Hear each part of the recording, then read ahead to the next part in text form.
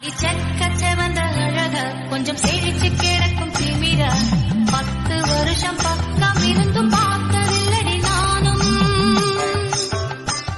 அந்த ராஜ கனவு திறந்தா பல ரகசியமும் தெரிஞ்சா பத்தியம் கிடந்த மாப்பிள்ள பையனும் பைத்தியமாக வேணும். அடி தூக்கி இருக்கும் அழகு அவன் தூக்கம் கெடுத்து போகும். அடி பாக்கி இருக்கும் அழகு உசிர் பாதி வாங்கி போகும்.